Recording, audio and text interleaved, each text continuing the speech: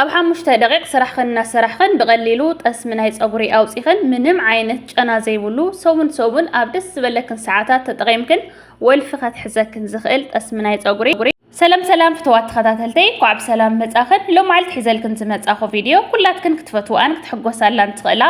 ቪድዮ እያ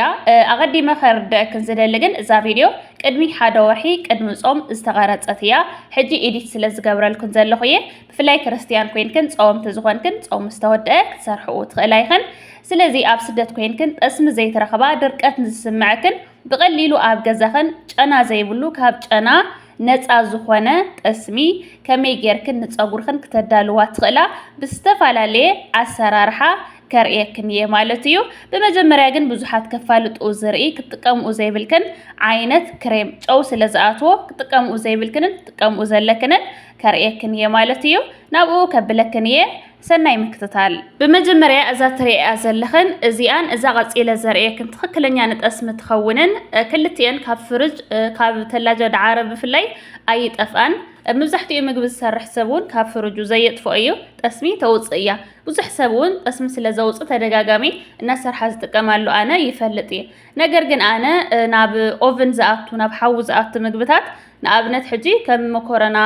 ከም መኮረኒ በሸሜል ኣብ ዓዲ ዓረብ ንሰርሖ ሕጂ ንኣብነት ብኻልእ እውን ናይ መኮረኒ ናይ ኦቨን ወይ ድማ ናይ ፎርን ከምኒ ላዛኛ ኣብ ሓውን ናብ ኦቨን ዝኣቱ ምግብታት ኢና ንሓውሰሉ ስለዚ ናይ ምግቢ ስለ ዝኾነት ጨው ይህልዋ እዩ ጨው ዘለዎ ነገር ከዓ ንፀጉርና ስለ ዝጎድእ እዚኣ ተጋጊኸን ዋላ እንተ ዘይተጥቀምኣ እንተ ዘይተሰርሓ እየ ዝብል ብዙሓት ዩቱበራት ቲክቶከራት ክሰርሓ ስለ ዝርኢ ብዙሓት ድማ ጠስሚ ኣውፅኤለይ ኢለን ከመስግነአን ስለ ዝርአ ማለት እዩ ዋላ ዳኣ ጠስሚ የውፅእ እምበር ከም ዝትሪኡ ዘለኽን ናይ ምግቢ ናይ ዝበስል ምግቢ ዝሕወስ ስለ ዝኾነ ጨው ክትህልዋ ትኽእል እያ እሞ እዚኣ ክትጥቀማ ኣይበልኽንን እየ ዝብለክን ኣይና ዳኣይና ክንጥቀም እንድሕር ዳ ኢልክናኒ ኣብ ዓዲ ዓረብ ዘለኽን ኣብ ኣውሮፓ ኣሜሪካ ሃገራት ዘለኽንን እንታይ ዓይነት ክጥቀማ ከም ዘለክን ከርኤክን እየ በመጀመርያ ኣብ ኣውሮፓ ኣሜሪካ ሃገራት ዘለኽን ከምዛ ትሪኣ ዘለኽን ፎቶ እያ ትመፀክን ከምዚ ኢልክን ሰርች ክትገብራ ከለኽን ወይ ድማ ናብ ዝኾነ ሱቅ ክትከዳ ከለኽን ትረኽባ ኣይኽን ኣብ ዓዲ ዓረብ ዘለኽን እውን ትረኽባ ኣይኽን ነገር ግን ኣብ ዓዲ ዓረብ ብበዝሒ እንታይ ዓይነት ከም ዘምፅኡ ኣብ ተላጃ ዓዲ ዓረብ ንባዕሉ ክፈት ኣቢልክን ክትረኽብኡ ትኽእላ ኣብ መወዳእታ ከርኤክን እየ ማለት እዩ ኣሰራርሕኡ ድማ ከምዛ ትሪኣ ዘለኽን ሕጂ ንኣብነት እዚኣ ሓደ ኮብ ክሬም ገይረ ሓደ ኮብ ድማ ዝሑል ማይ ገይረ ማለት እዩ ን10 ደቂቓ ካብ 10 ክሳብ 15 ደቂቓ ዝኸውን ድማ ኣብ ብሌንደር መጥሓኒ ገይረ ጥሒነዮ ኣለኹ ንስኻትክን እውን ኣብ ብሌንደር መጥሓኒ ቀዳማይ መማረፂ ኣብ ብሌንደር መጥሓኒ ከም ዝትሪኡ ዘለኽን ከም ካልኣይ መማረፂ ድማ ከርኤክን እየ ብዘለክን ነገር ምንቲ ክትጥቀማሉ ማለት እዩ ብድሕሪኡ ካብ 5 ክሳብ 10 እስካብ 15 ደቂቓ ምስ ጥሓንክንኡ ኣብ መወዳእታ ጨና ንኸየውፅእ እንታይ ክትገብሩ ኣለክን ድማ ከርኤክን እየ ማለት እዩ ኣብ ዓዲ ዓረብ ዘለኽን ድማ ክትጥቀምኣ ዘለክን ማለት ብቐሊሉ ትርከብ ከምዛ ቀዳመይቲ ዘርኣኹልክንን እዚአንን ክልቲአን ሓደየን ነገር ግን ኣብቲ ዝስራሕ ሸሬካ ፅሑፉ ስለ ዝፈላለ እዩ እምበር ክልቲአን ተመሳሰልቲየን ክልቲአን ጠስሚ የውፃየን ክልቲአን ድማ ሓደ ዓይነት እየን ማለት እዩ ግን ከምዚ ኣሰርች ጌርክን ከምዛ ቀዳመይቲ ኣብ ዓዲ ዓረብ ኮይንክን ድሕር ዳኣስኢንክን ከምዛ ሕጂ ዘርኤክን ዘለኹ ብፎቶ ኣብ ማንም ተላጃ ዓዲ ዓረባት እውን ኣይስኣንን ኣሰራርሕኡ ድማ ዋላ ኣብ ዓዲ ዓረብ ሃለዋ ኣብ ካልእ ሃገር ሃለዋ ከምዚ ክገልፀልክን ፀናሕኩ ጋጣም ዝተፈላለየ ዓይነት ፅሑፍ ዘለወን ዝተፈላለየ ዓይነት ሕብሪ ዘለወን ትረኽባ ትኽእላ እምበር ኩሉ ተመሳሳሊ እዩ ስለዚ ሓንቲ ኮብ ክሬም እንድሕር ዳኣ ጌርክን ናብ ዝመጥሓኒ ጁስ ሓንቲ ኮብ ማይ ትገብራ ክልተ ኮብ ክሬም እንድሕር ጌርክን ድማ ክልተ ኮብ ማይ ትገብራ እቲ ክሬምን እቲ ማይንሲ ሓደ ዓይነት ልክዕ ክህልዎ ኣለዎ ማለት እዩ ብፍላይ ጀመርቲ እንድሕር ዳኣ ኮይንክን እታ ክሬም እውን ብኮብ ለክዓኣ እታ ማይ እውን ብኮብ ለክዓኣ ብባዕላ ብታ ኮብ ለኪዕኽን ይኽን ተመሳሳሊ ልክዕ ክህልወን ዘለወን ማለት እዩ ማይን እቲ ክሬምን ብተመሳሳሊ ዓይነት ኮብ ሰፊርክን ወይ ድማ ዓቂንክን ኢኽን ናፍቲ መጥሓኒ ክተእትውኡ ዘለክን ብድሕሪኡ እቲ ማይ ትሓውሳሉ ድማ ናይ ደገ ዘይኮነሲ ናይ ፍርጅ ዝሑል ማይ ክትሓውሳሉ ዘለክን እምበር ናይ ደገ ማይ ክትሓውስኡ ኣይብልኽንን ካልኣይን ቀንድን ድማ ከረድአክን ዝደሊ ብጣዕሚ ብዙሓት ኣብ ሚድያ ርኢኽን ትሰርሓ ኢኽን ጠስሚን መጀመርያ ግዜ ሰሪሕኽን ክትቅብኡ ከለኽን ጨና ስለ ትረኽባሉ ኢኽን ካልኣይ ግዜ ክትጥቀማ ዘይትኽእላ ብዙሓት ትዕላኒ ኢኽን ክትፅሕፋ እውን ይርአ እየ ስለዚ ጨና ዘለዎ መብዛሕትኡ ግዜ ንሕና ንገብሮ ጌጋ እቲ ጠስሚ እቲ ምስኡ ዘሎ ጸባ እዩ ጨና ዘውፅእ እቲ ጻዕዳ ጸባ ክስካዕ ዝጸሪ ከምዚ ትሪኡ ዘለኽን ምንም ዓይነት ጨና ንኸየውፅእ ከምዚ ኣጌርክን ጽቡቕ ጌርክን ጽሩይ ማይ ክስካዕ ዘውፅእ እንድሕር ደኣ ሓጺብክንኡ ክትሓጽብኡ ከለኽን ድማ